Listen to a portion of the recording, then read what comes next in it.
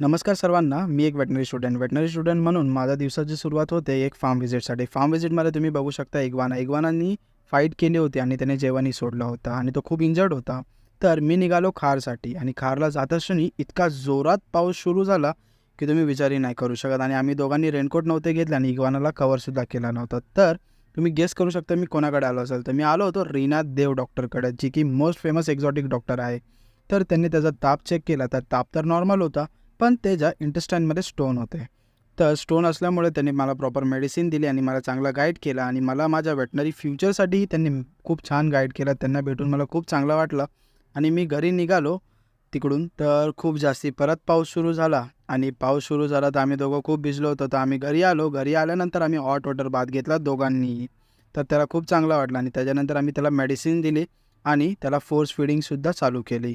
त्याने थोडं खाल्लं आणि तो खूप जास्तीच लवकर रिकवर होईल मला